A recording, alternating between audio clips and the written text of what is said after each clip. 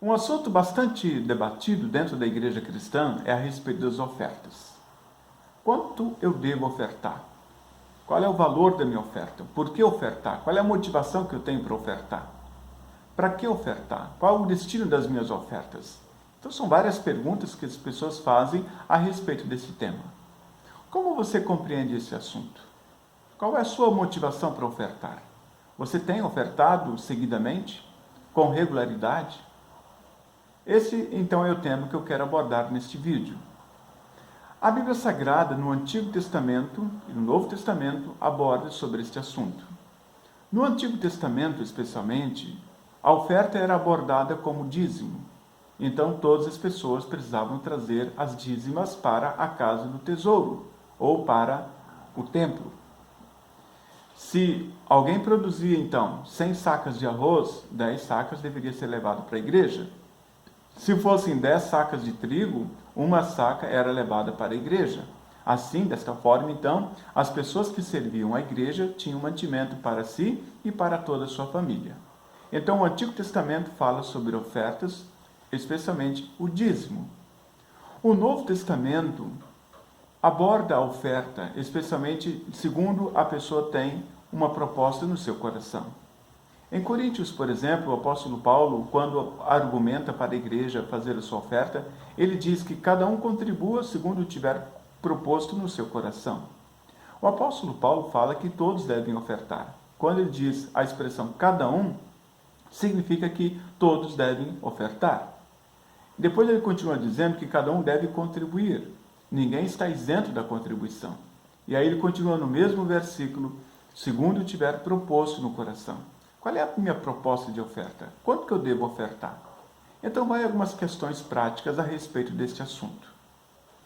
A nossa orientação é de que as pessoas elas tenham diante de si um referencial para ofertar. Se elas optarem em ofertar a partir do dízimo, que elas levem a sério e tragam de fato a sua oferta de 10% sobre toda a sua renda, sobre tudo aquilo que ela recebe.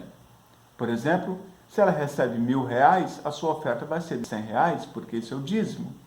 Se no mês seguinte ela recebeu R$3.000, então a sua oferta já não será mais de 100. Ela será uma oferta de R$300, porque ela recebeu R$3.000.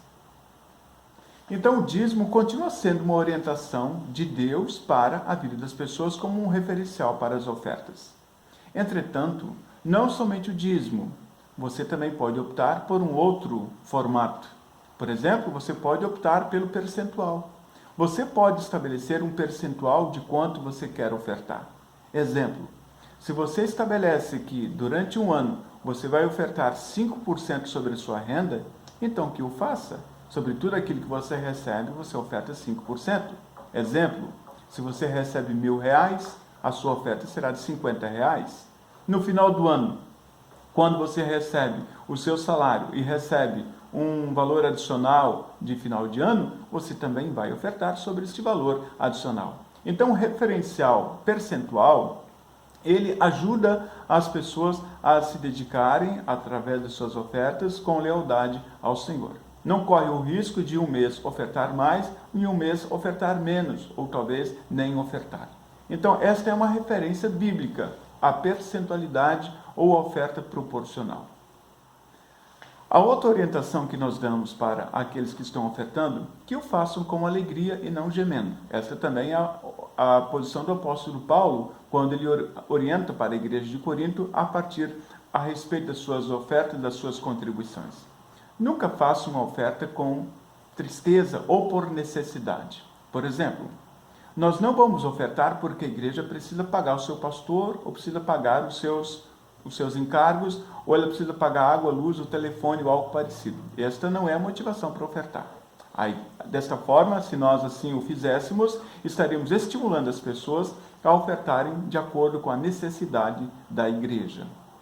A nossa orientação é de que a oferta seja a partir da graça de Deus na vida da gente. Ou seja, o que nós entendemos por graça de Deus? Esta é a motivação correta para nós ofertarmos.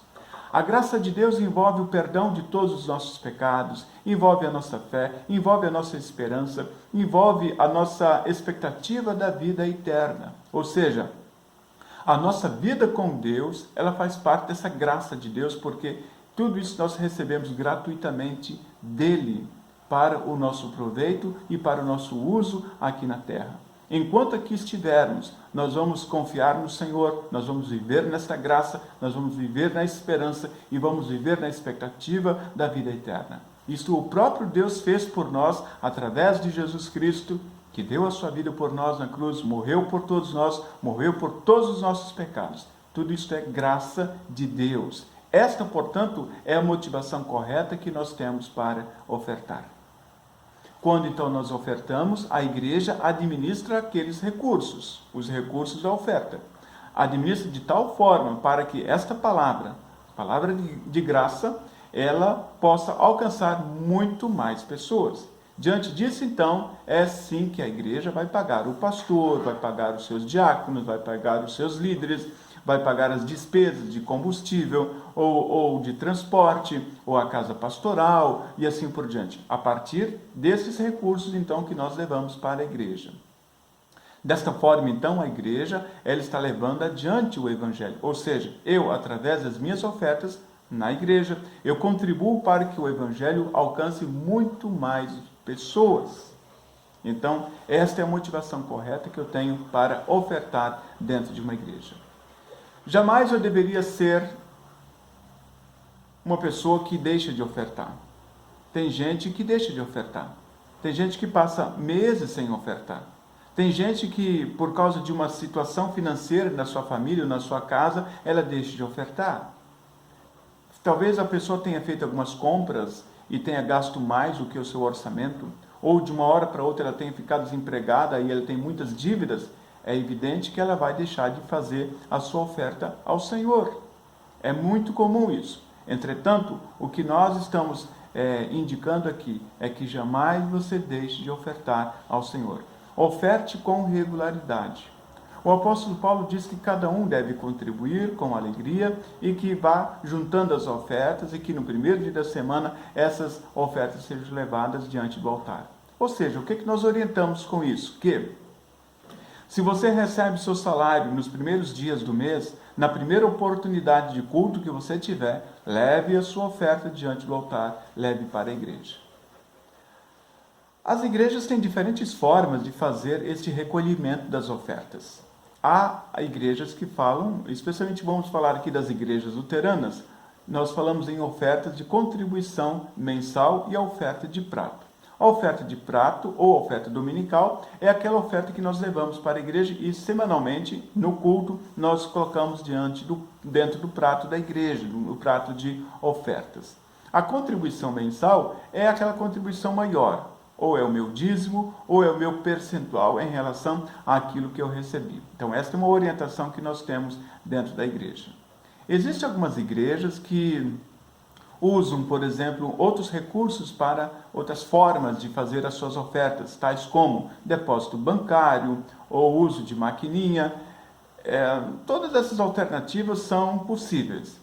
O que eu particularmente gosto muito é de que a oferta seja levada diante do altar.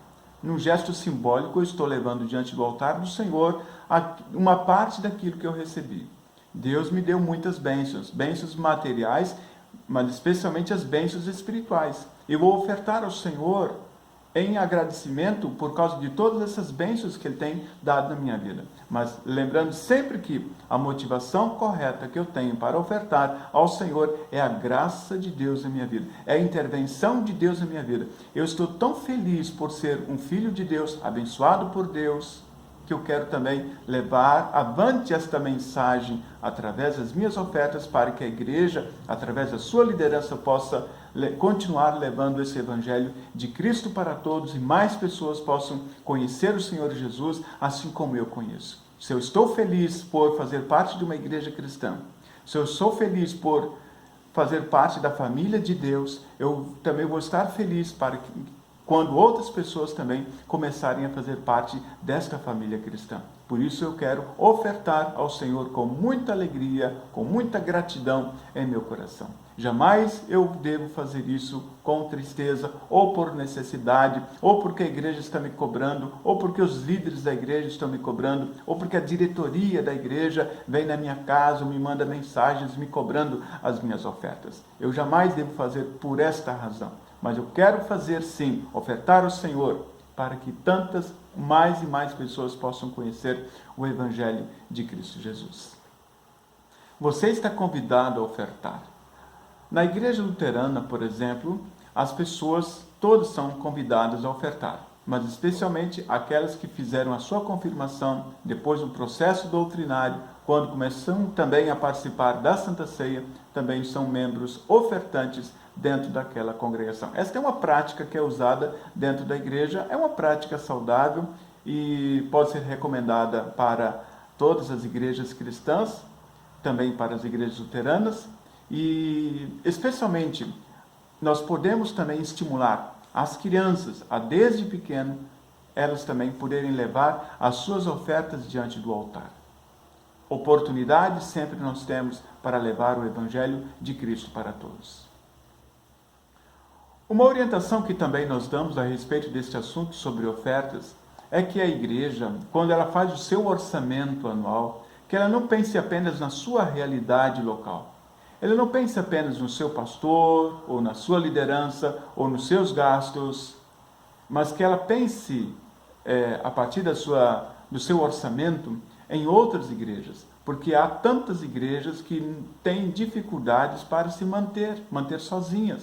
Então nós podemos olhar para cima dos muros e, através de nossas ofertas, alcançar também o Evangelho a essas pessoas.